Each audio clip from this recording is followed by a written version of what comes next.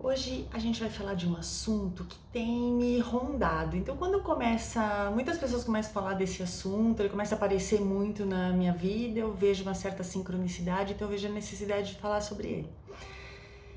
Nos meus atendimentos, nos meus bate-papos, nas coisas que me rondam, as pessoas têm falado muito sobre procrastinação. Pessoas estão reclamando, eu procrastino, talvez porque nesse período de reclusão a gente está prestando mais atenção na gente mesmo e está vendo, observando o que está acontecendo conosco, temos tempo para isso e as pessoas estão percebendo que estão procrastinando. Mas o que é procrastinar? Procrastinação acontece quando a gente não tem uma autorregulação ou um autocontrole das nossas emoções, dos nossos sentimentos. A gente se deixa levar pelas emoções, pelos sentimentos e aí a gente acaba procrastinando. Normalmente quem procrastina, ele tem até tem uma energia para começar algo, mas não consegue continuar este algo, vai empurrando com a barriga, tem uma falta de foco nisso que está sendo feito. Quando também ocorre a procrastinação? Quando nós temos coisas urgentes e importantes acontecendo a todo tempo. O que é isso? Se eu tenho uma coisa muito importante e urgentíssima, eu largo tudo que eu tô fazendo e vou fazer essa coisa importante e urgente. Mas por que acontecem tantas coisas dessas na nossa vida? Por que a gente está sempre correndo atrás de alguma coisa? Porque nós não nos organizamos. Quando nós temos, que eu já falei várias vezes aqui, uma agenda, nós conseguimos planejar as coisas importantes e não urgentes. Quando eu planejo, eu tenho uma coisa muito importante, isso é muito importante para eu fazer, e eu falo, tá, ela não é urgente, ela não é um incêndio, eu não preciso apagar nenhum incêndio. Então eu planejo, vou fazer isso semana que vem, na segunda-feira de manhã, tá lá na minha agenda, já está planejado. E aí, o que acontece quando eu não planejo? As coisas não importantes e não urgentes, as coisas importantes e não urgentes, a gente vai deixando, porque não é urgente, e um dia ela se torna urgente, e aí nós temos que fazer imediatamente, porque ela é urgente. Então uma dica é planejamento. Pense o que é importante, mas ainda não está urgente, planeje o dia que você vai fazer. Chegou naquele dia, faça.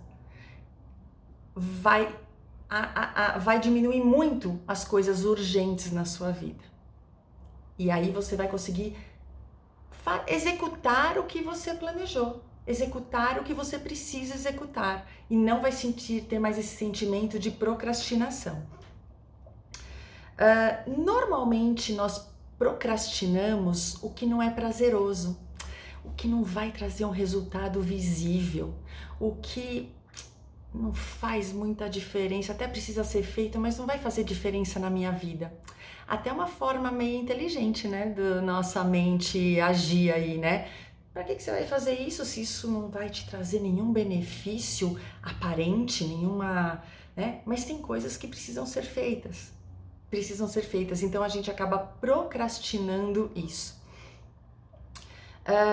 Quando nós temos baixa autoestima, também tendemos a procrastinar, porque eu acho que eu não consigo fazer aquilo, acho que eu não sou boa o suficiente para fazer aquilo, então eu vou empurrando, deixando para frente, Outra tipo, né, de pessoas que gostam de procrastinar, que procrastinam, não é gosta, porque procrastinam, são os perfeccionistas.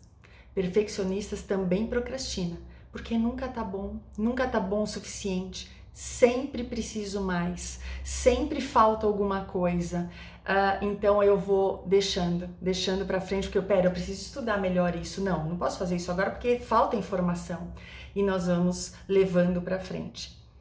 Quando temos depressão, ansiedade, ela também faz com que a gente procrastine as coisas, certo? E quais são as consequências da procrastinação na nossa vida?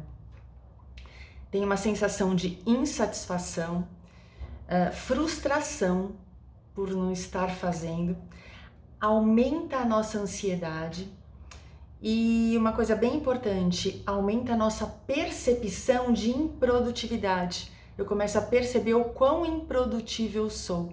E quando nós não somos produtivos, nosso senso de realização fica baixo.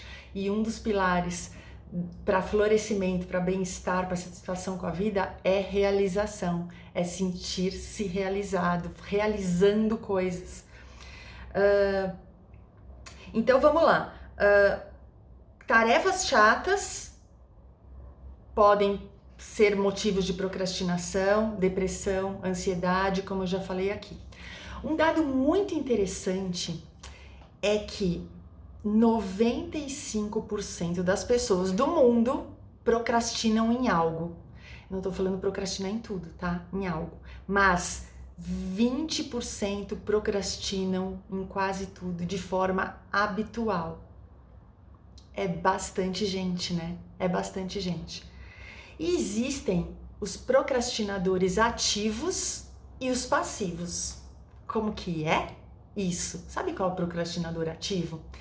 Aquele que sente, a gente fala, o prazer da última hora. Quando o tempo está esgotando, eu não tenho mais como procrastinar isso, como levar para frente. Essa adrenalina me move, faz com que eu tenha ânimo, energia, me dá uma sensação boa e eu vou lá e executo o que tem que ser executado. E faço o que tem que ser feito. Esses são os ativos, procrastinadores ativos. Não deixa de ser uma dependência química. Porque essa adrenalina é que me move e eu só faço no último minuto. Os passivos são aqueles que têm esse comportamento de procrastinação para quase tudo. Para quase tudo.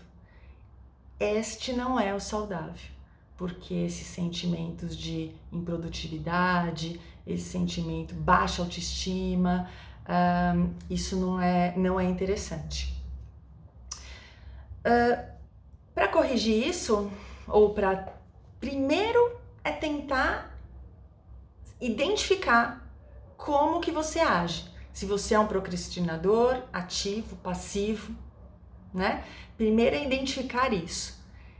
E no próximo vídeo eu vou falar sobre um exercício que me ajuda. Eu não posso dizer que eu sou uma procrastinadora, eu antecipo muito as coisas e faço coisas que não precisavam ser feitas porque eu antecipei, chegou na hora e nem precisava ter feito aquilo. Esse é um outro problema para um outro vídeo, mas às vezes tem coisas que eu procrastino sim e eu vou ensinar aqui um exercício de como a gente evitar isso, tá bom? A gente se vê no próximo vídeo.